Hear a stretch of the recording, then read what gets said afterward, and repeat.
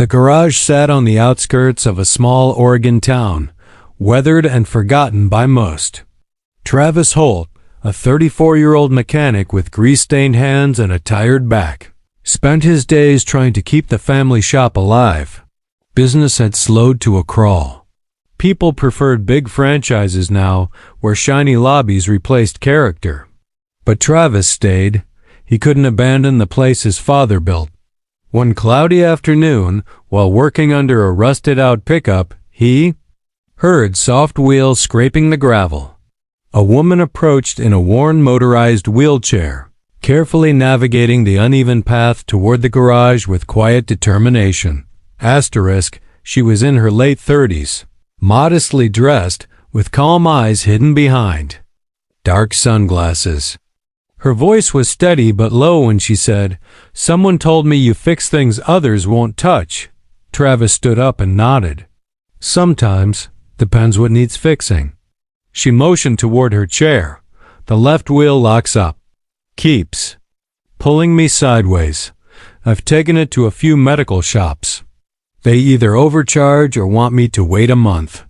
Travis crouched to examine the wheel, running his hand along the rim and inspecting the bearings. "You mind if I take it inside and look deeper?" She nodded once. Travis carefully wheeled it inside and placed it on a raised platform. For the next hour, he worked in near silence, only asking a few questions. Her name was Maddie. She didn't say much about herself, and Travis didn't press. He cleaned out the joints, adjusted the torque, replaced one strip bolt with a spare he had in the back. As he worked, Maddie sat quietly nearby, watching. She didn't seem surprised he was doing the job well, just relieved someone cared enough to do it right. When he finished, he rolled the chair back out and gently helped her back into it. She tested the movement. Forward, backward, full turn. Her eyes lit up as the left wheel finally moved smoothly. "It feels brand new," she said. Travis smiled, rubbing grease from his knuckles. "It'll hold steady now, shouldn't veer anymore." She reached for her wallet, but he shook his head. "No charge. You've had enough folks give you trouble. Consider this one on the house." Maddie studied him quietly. Then, with a small smile, she said, "You really don't know who I am, do you?" Travis blinked. "Nope. Should I?" She just smiled again and said softly, "Thank you, Travis. I won't forget this." Travis arrived early the next morning, still unsure why Maddie's final words echoed in his head. He unlocked the garage, expecting another slow day, maybe a busted mower or someone asking for a free tire rotation. But when he stepped inside, he froze. In the middle of the shop sat a brand new red tool chest, still wrapped in plastic. Nearby were boxes of high-end parts, diagnostic equipment, and torque systems he had only seen in catalogs. On the dusty workbench lay a plain white envelope with his name written on it. He stared at it for a long moment, then opened it slowly. Inside was a short handwritten note that simply read, "You didn't ask for anything, so I gave what I could." Beneath it was a check, not for $100 or $1,000, but for $250,000. His hands trembled as he read the numbers twice.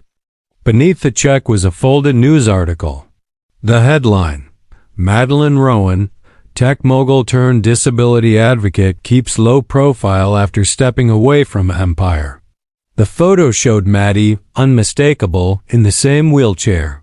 Same calm face. She was a billionaire. And Travis had helped her without ever knowing it. Later that afternoon, a black SUV pulled into the garage lot. A sharply dressed man stepped out and introduced himself as Maddie's assistant. He handed Travis a folder and said, "Ms. Rowan wants you to be the first partner in a new initiative, accessible repair shops across the country. You'll get full funding, modern equipment, national press. She says you earned it." Travis laughed in disbelief. "She's serious?"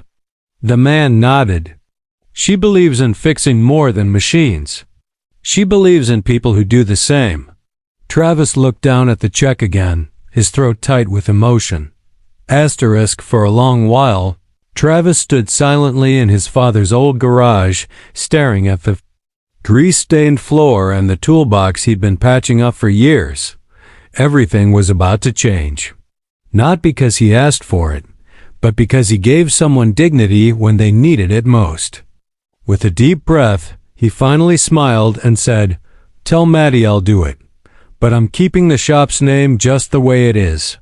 The man nodded, and as the SUV drove away, Travis turned back toward his work, only now it wasn't just a garage. It was hope. Asterisk.